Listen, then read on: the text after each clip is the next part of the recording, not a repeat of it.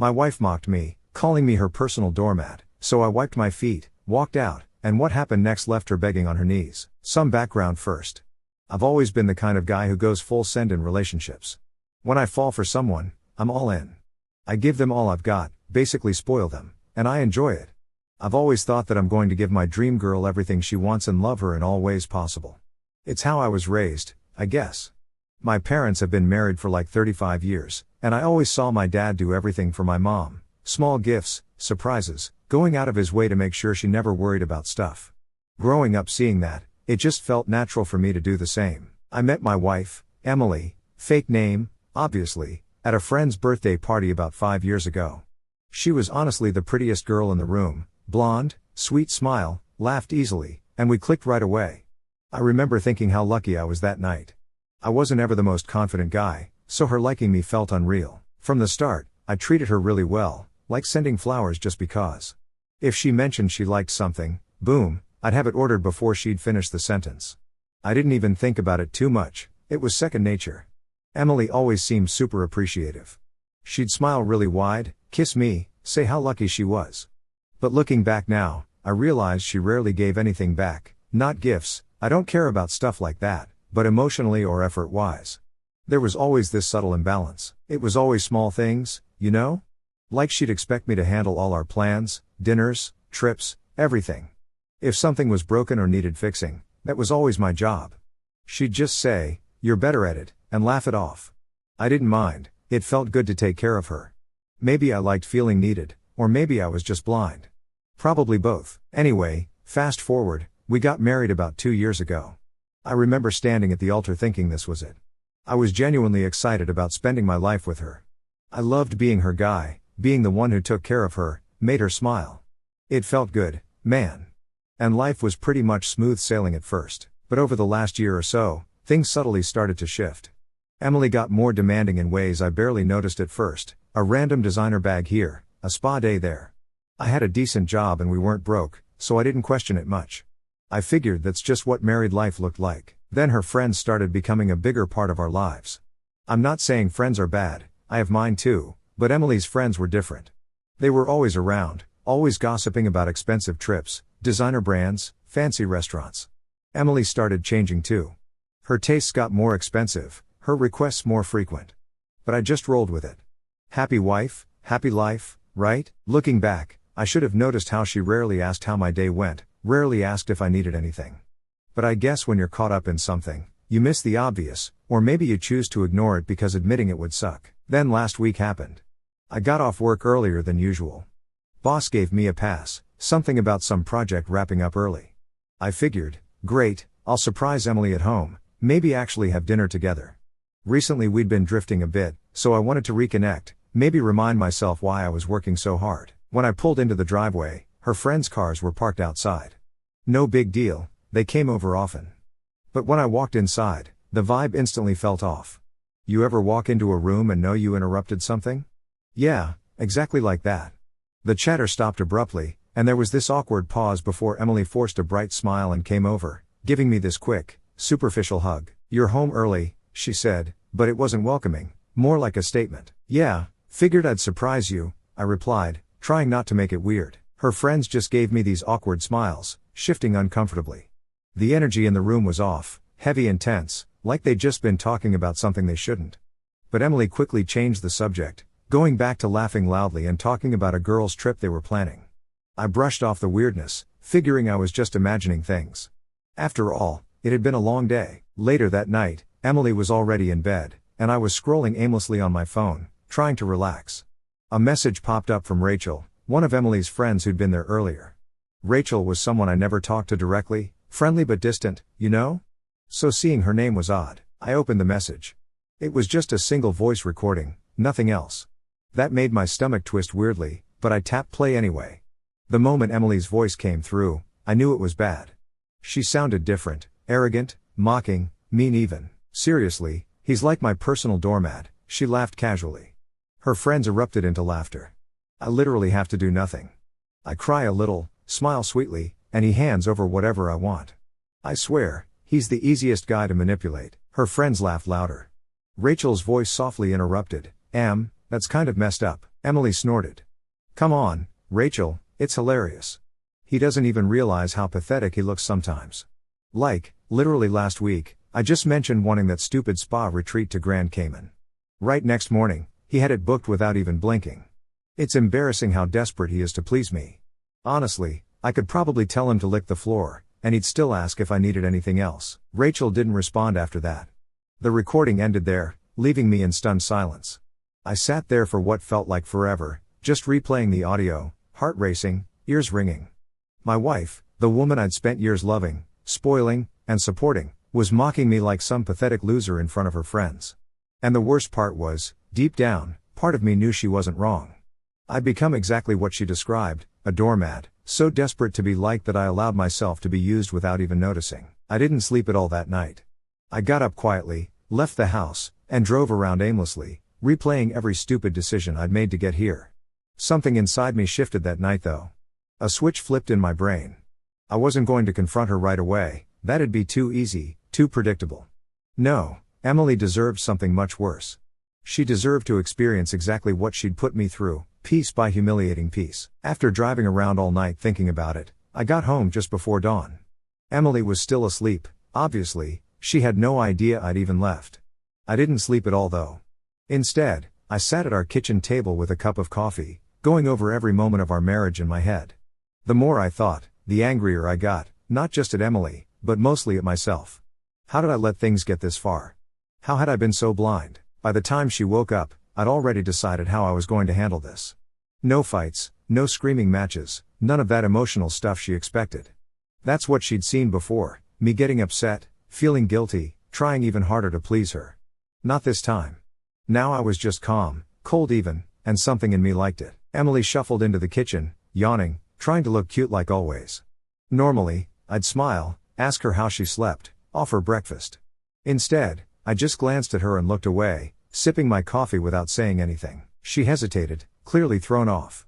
Morning, she said, sounding unsure. I didn't reply right away. I let the silence sit for a few seconds, then looked up, making direct eye contact. Morning, I finally said flatly. Then, without another word, I got up, grabbed my keys, and walked past her toward the door. She was confused. Wait, you're leaving already? Where are you going? Out, I said simply. Got stuff to handle. Stuff? She asked, frowning now, clearly annoyed by my sudden attitude. What stuff? I paused at the door, turning to face her. My stuff, I said calmly. I'll be back when I'm back. Then I walked out without another glance. It felt incredible. Like, for the first time in our relationship, I was finally in charge. Emily had zero clue how to handle that. Over the next few days, I kept up that vibe. I didn't confront her or bring up the recording, didn't even hint that I knew. Instead, I just started pulling back, small things at first, no random gifts, no dinner dates, no spontaneous trips. If Emily wanted something, she'd have to ask outright, and even then, I'd say no half the time. She was thrown off balance, confused, clearly trying to figure out what was happening. I started thinking back clearly to all the times I'd given in when I shouldn't have. Late night food runs when she suddenly craved sushi, canceling plans with my friends because she needed me home, or shelling out hundreds on random things she said would make her happy, only to see them tossed aside after a couple weeks. The more I replayed it in my head, the angrier I got, mostly at myself. I realized how much I'd bent over backward just hoping for a little appreciation or validation from someone who never intended to give it. Every memory of her indifference just made my determination stronger. No more, the good guy version of me was gone. She tried her usual tricks, fake sweetness, sad puppy dog eyes, but they bounced right off. One night, she even attempted tears, saying she needed some ridiculous designer dress because all the girls have one. Normally, I'd cave instantly. This time, I barely glanced up from my laptop. No, I said flatly. What? She snapped, clearly shocked. But one, then ask them to buy you one. I cut her off calmly, not even looking up. She stood there stunned, then stormed off, probably texting her friends about how awful I was suddenly being. Meanwhile, behind the scenes, I started preparing. I opened new bank accounts she didn't know about, changed passwords on everything important, and even got a separate phone line. I wasn't taking chances. Each step made me feel stronger. I liked this new me. I also quietly met with a divorce lawyer, one recommended by a buddy who'd been through something similar. The lawyer was ruthless, exactly the kind of person I needed.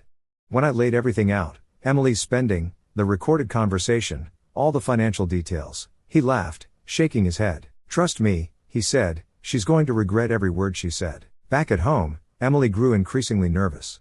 She tried confronting me several times about my sudden change. Each time, I'd just stare back at her, completely emotionless, and ask if there was a problem. She'd lose her nerve immediately, mumbling something about acting weird, then retreating. She was obviously scared, probably worried I'd finally figured her out. Her friends must have sensed something too, because suddenly Emily was hosting them at our house less often. When they did come over, I made a point of lingering nearby, quietly dominant, watching them squirm under my cold gaze. Rachel, who sent me the recording, barely looked me in the eyes, probably unsure if she'd done the right thing or if I was going to cause a scene. But there wouldn't be a scene, at least not yet. I wasn't interested in cheap drama. I wanted Emily to feel exactly what she'd made me feel. I wanted her to realize that the guy she'd mocked, laughed at, and used for years was gone forever. About 2 weeks after the recording, I started hearing whispers. Emily's friends quietly distancing themselves from her. They sensed the power shift. Without my money or willingness to pay for their ridiculous lifestyle, Emily wasn't useful anymore.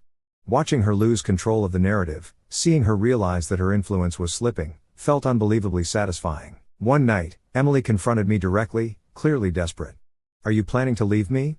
she asked bluntly, her voice shaking slightly. I paused, looking directly into her eyes, and smiled faintly. "Why, Emily? Would you deserve something like that?" She seemed unsure how to respond. Her eyes were wide, scared. I'd never spoken to her like that before. She was used to sweetness, weakness, not this calm, unshakable confidence. But she didn't deserve that good version of me. She wanted to get slapped in the face to take things seriously. The more dominant and controlled I became, the weaker she looked. It was like a mask had fallen off her face, revealing how fragile and insecure she truly was beneath all her arrogance.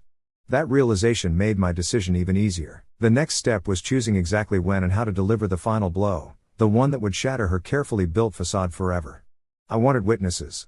I wanted everyone who'd ever laughed with her to see her real face exposed. After that little confrontation with Emily, things at home got seriously weird.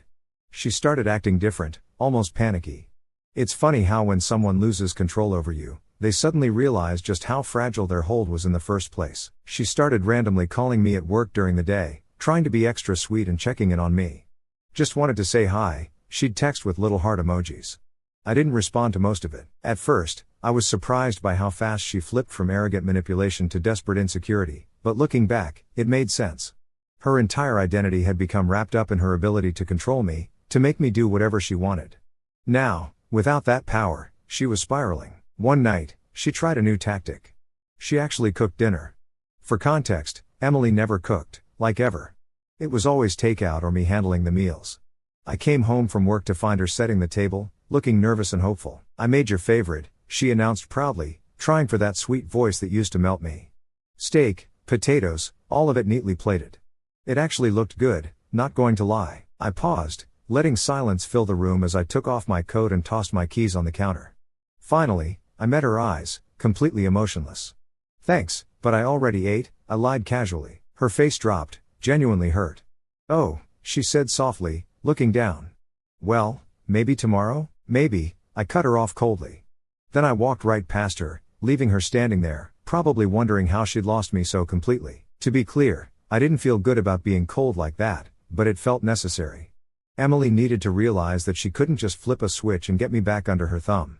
For once, she had to experience rejection. Meanwhile, my lawyer had laid out a plan, careful, calculated, devastating. I'd gathered financial records, screenshots of Emily's extravagant shopping habits, text messages she'd sent demanding money, and of course, Rachel's voice recording.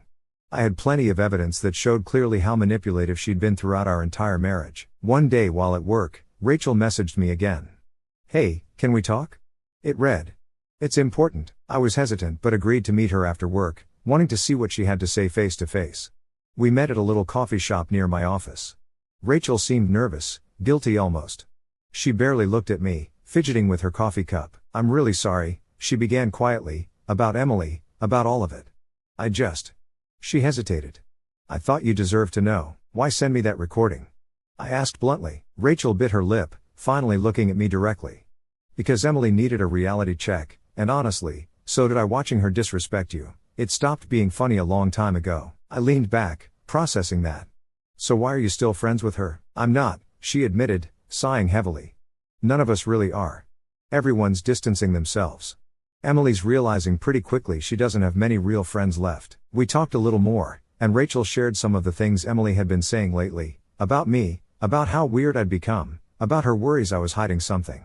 Apparently, Emily had even tried snooping through my laptop and phone but found nothing. I had expected that. Everything was locked down tight. I thanked Rachel for the info but left the conversation feeling more certain than ever. Emily was panicking, desperate to regain control, but it was way too late for that. She was finally about to face the consequences of years of manipulation, and it wasn't going to be pretty. When I got home later that night, Emily was pacing anxiously in the living room. The second I walked in, she rounded on me, eyes wide with desperation. "Where were you?" she demanded. "Why didn't you answer my texts?" I took a breath, calm as ever. "Out," I said flatly. Her voice shook, frustration mixing with panic. "Out where? With who?" I smiled coldly. "With who? It's none of your business." She flinched at that. "Why are you acting like this?" she practically pleaded. "I cooked dinner again. I waited for you. I just want things back to normal." I stepped toward her, looking directly into her eyes. "Normal? Like when you mocked me behind my back? Or when you bragged about using me to your friends?" Her face drained of color instantly. "What are you talking about?"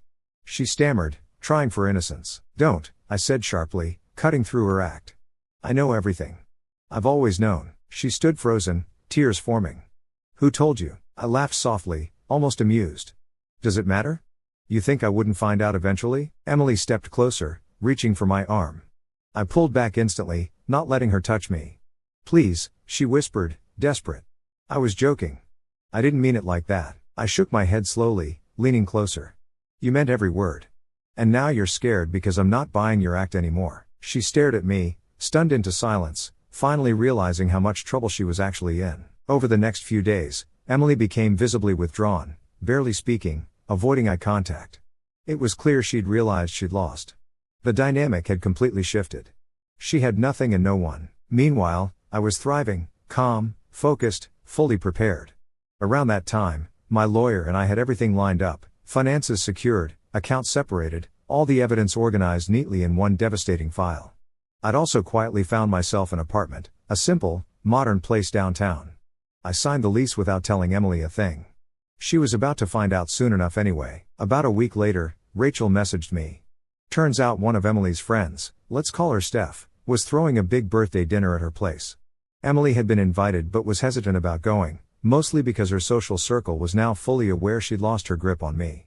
Rachel, however, suggested this might be the perfect stage to expose everything publicly. I liked the way she thought. The day of Steph's dinner, Emily approached me cautiously, clearly uncomfortable. "Steph's birthday dinner is tonight," she began awkwardly. "Do you want to go?" I pretended to think it over for a moment. "Sure," I replied casually, surprising her. "Might be fun." Her eyes narrowed slightly, suspicious at my sudden change of heart. "Really?" I smiled calmly. "Yeah, why not? It's been a while since I've seen everyone." She nodded slowly, clearly unsettled but not sure why. "Okay," she said finally. "Thank you." LOL, now she's thanking me over things I automatically used to do. That evening, we got ready in tense silence. Emily was dressed nicer than usual, probably trying to salvage some dignity in front of her friends. I wore my best suit, sharp, polished, and deliberately intimidating. For once, I looked exactly how I felt, completely in control. We drove over without talking much, the silence heavy. When we arrived, Steph greeted us with fake warmth, though I caught her glancing nervously between Emily and me. Everyone else was already there, talking loudly, drinking, clearly unaware of the storm about to hit. Emily smiled nervously, slipping immediately into her fake friendly persona. I stood calmly beside her, watching closely as she struggled to maintain appearances. Rachel was across the room, giving me subtle but encouraging looks. She knew what was coming. Dinner began normally enough, superficial conversations, fake laughter. Emily stayed unusually quiet, nervously sipping water, occasionally glancing my way. She knew something was off but couldn't pinpoint exactly what. Midway through dinner, Steph turned to Emily, her tone overly bright. "So when's your next big trip?" "Italy, right?" Emily hesitated, glancing at me. I don't know yet," she said weakly, forcing a smile. "Maybe soon." Steph laughed lightly. "Oh come on, you never skip trips. You always said you have the perfect sponsor," she added jokingly, glancing at me with a forced smile. The table fell quiet, sensing tension. Emily went pale, clearly unsure how to respond. Perfect. This was my cue. I leaned back in my chair confidently, drawing everyone's attention. Actually, speaking of sponsorship, I said clearly, pulling an envelope from my jacket pocket and placing it deliberately on the table. I think Emily might need to start funding her own lifestyle now. Every pair of eyes turned toward me. Emily froze, staring at the envelope in horror. Steph awkwardly cleared her throat. "What's going on?" she asked uncertainly, glancing between us. "Open it," I said smoothly, nodding at Emily. "Go ahead." With shaky hands, Emily picked it up, fumbling awkwardly as she opened the envelope. She slowly pulled out the papers, scanning the first page, then the next. The color drained completely from her face. What is this?" she stammered weakly. "Divorce papers," I announced calmly. "I've already filed." Emily's eyes widened in panic. "But I don't understand," she managed to whisper. "Don't you?" I leaned forward slightly, voice firm and direct. "I'm ending this joke of a marriage." "You lost your puppet." Steph shifted uncomfortably in her seat. Should we go?" she asked nervously, looking around the table. But no one moved. They were riveted, unwilling to miss a single detail. Emily's voice shook with desperation. "Please don't do this here. Can we just go home and talk?" "No," I cut her off. "You never had a problem talking about me here before. Why stop now?" Her mouth opened and closed helplessly, tears gathering in her eyes. "I'm sorry," she whispered weakly, defeated. "I didn't mean." "Save it," I cut her off sharply. "You knew exactly what you were doing. You had a man who would have given you everything. Respect, loyalty, a life most women would kill for. But instead, you treated me like your personal ATM. You bragged about how easy I was to manipulate, how pathetic I was for spoiling you.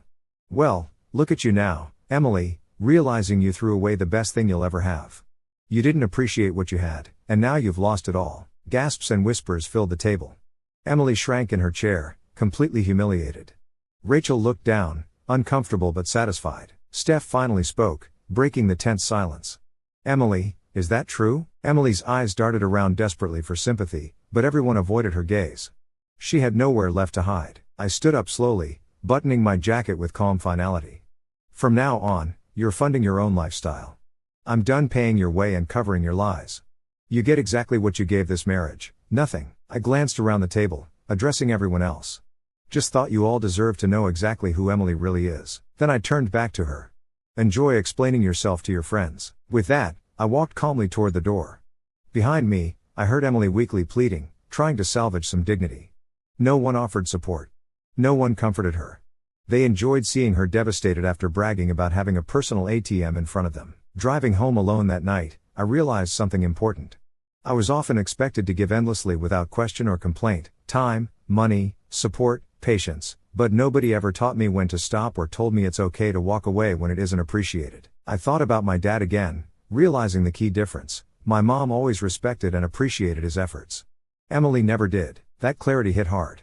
I'd finally learned that real strength isn't just giving endlessly, it's also knowing exactly when to walk away from people who take you for granted. That night, my phone blew up. Emily called maybe 20 times, frantic voicemails, texts begging me to come back, apologizing, trying every trick she could think of. She started off angry, then quickly shifted to sadness, pleading, desperation. It was kind of pathetic, actually. I listened to each message without responding. She'd lost the right to any kind of sympathy from me. I also got a message from Steph. At first, I thought she was checking in on the drama, but no, she straight up asked if I'd be down to grab dinner sometime, just us. Honestly, I laughed out loud. The audacity, man. Steph had sat right there laughing alongside Emily for years, and now she suddenly thought she had a shot? I sent back a single laughing emoji, deleted her number, and blocked her. It felt great knowing I wasn't just done with Emily, but with anyone like her. The next few days were wild. My lawyer quickly finalized the papers and secured everything. We changed locks on the house, closed joint accounts, cut off credit cards, all the steps we'd carefully planned. I moved into a small temporary apartment I'd rented weeks earlier. Meanwhile, the fallout from the dinner exploded spectacularly. Emily's so-called friends wasted zero time gossiping about her humiliation.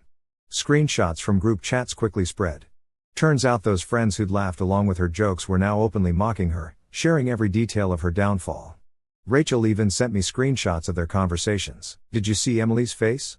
Absolute gold. Honestly, she had it coming. Maybe next time don't treat your husband like trash." Can't believe she thought he'd just keep paying forever. Lamau. It was brutal but satisfying. Emily finally saw the truth. Her entire social life was fake. Without money or the ability to flaunt luxury trips and designer clothes, she had zero value to those friends. Watching her realize that was sweet justice. She moved out of our place within days. I heard through mutual acquaintances that she'd moved into a tiny studio apartment across town.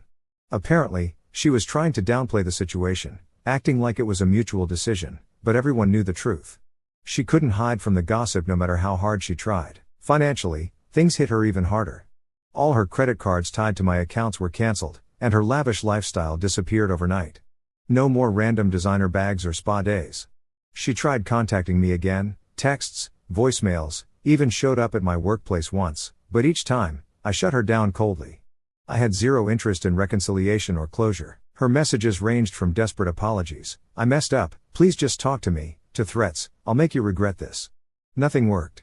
I didn't even blink. Letting her spiral without any reaction from me felt deeply satisfying. My friends, meanwhile, rallied around me hard. Most admitted they'd never liked Emily but didn't want to say anything. Classic, right? One buddy joked about finally being allowed to say she was a horrible person. We laughed about it, which felt great. About 2 weeks after everything went down, Rachel messaged again. She mentioned Emily had practically vanished from their group, no longer invited anywhere, ignored completely. She burned every bridge. Rachel texted, "She's finally seeing the reality she created for herself." Apparently, Emily had become completely isolated. Her reputation was shot. People now saw her clearly, a manipulative, shallow person who got exactly what she deserved. Normally, I'm not big on celebrating someone's misery, but honestly, it felt like real justice. My family was supportive too, especially my mom. When I finally told her everything, she hugged me and said quietly, "You deserve so much better than that, honey. I'm glad you finally realized it." That hit me hard, but in a good way. I'd forgotten what genuine support felt like. Things stabilized financially quickly. Without Emily's ridiculous spending, my accounts grew steadily. For once, I didn't stress about surprise expenses or her extravagant demands. Instead, I started planning trips I'd always wanted to take, doing things purely because I wanted to. A few months after everything blew up, Emily pretty much disappeared from my life completely, except for the occasional vague update from mutual friends. Apparently, she had burned through the little savings she had left, was working some retail job, kept a low profile, probably hoping the gossip about her spectacular fall from grace would blow over eventually. I barely thought about her, honestly. I was way too busy actually enjoying my life for once. Then one random afternoon, everything changed again. I'd stopped at a local cafe near my office, just grabbing coffee and catching up on some emails. It was quiet, relaxing, exactly the kind of thing Emily would have hated for being boring. Then, out of nowhere, I heard a familiar voice behind me. My heart skipped weirdly for a second as I glanced up, annoyed, hoping it wasn't who I thought it was. Of course it was. Emily stood awkwardly near the counter, clearly hesitating about approaching me. She looked noticeably different, honestly. She just looked defeated. Finally, she walked slowly toward me. "Hey," she said quietly, trying for a smile. Her voice was soft, unsure, nothing like the confident girl who'd once controlled my entire life. I stared at her blankly for a second, showing zero reaction. "Hey," I finally replied, completely flat. I didn't invite her to sit down, didn't smile. She needed to know instantly I wasn't interested in whatever game she thought she could play. Emily shifted uncomfortably. "Can we talk?" she asked softly, nervously glancing around. "We're talking now," I said calmly. "What do you want?" She flinched slightly, clearly hurt by my bluntness, but I didn't care. She took a deep breath, as if gathering courage. I wanted to apologize for everything. I was horrible to you. I took you for granted, treated you badly. I realize that now. Losing you, it made me see how messed up I was." I didn't react, just waited silently, letting her words hang in the air awkwardly. She continued, "I was hoping." She hesitated, voice small, eyes hopeful. "Maybe we could start over? Just as friends or something? I miss having you around." I actually laughed. "Friends?" I echoed, shaking my head slightly, amused. "We were never friends, Emily. We were barely even married. You used me. That's all there ever was." Her eyes filled with tears instantly, hurt and embarrassed. "Please, just give me another chance. I've changed." I leaned forward. "Have you though? Or is it just because you need someone to pay your bills again? Your friends dumped you, your lifestyle's gone, and suddenly you want me back. Convenient timing." She looked away, face burning red with humiliation. She didn't even deny it, which told me everything I needed to know. You know, I continued coolly, you were right about one thing. I was pathetic for ever tolerating your manipulation, pathetic for being good to you when you didn't deserve it. But you did me a favor, Emily. You woke me up. She stared at me silently, tears running down her face. I didn't feel even a hint of guilt or pity. She deserved every bit of this moment. You don't miss me, I went on calmly. You miss having control. But that guy you think you manipulated, mocked, he's gone for good. She opened her mouth, clearly desperate to salvage something, but I cut her off immediately. There's nothing left to say.